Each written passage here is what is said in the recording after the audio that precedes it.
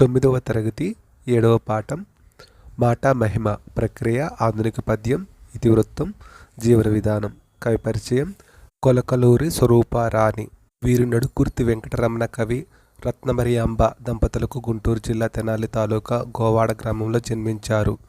వీరి తండ్రి కవి, గాయకుడు. బాల్యం నుండి తల్లిదండ్రుల దగ్గర సంగీతం, సాహిత్యాల అధ్యయనం జరిగింది. గుంటూరు శారదా నికేతనంలో, ఒంగోలులో హెచ్సిఎం టీచర్ ట్రైనింగ్ స్కూల్లో విద్యాభ్యాసం ముగించి ఉపాధ్యాయునిగా జీవితం ప్రారంభించారు.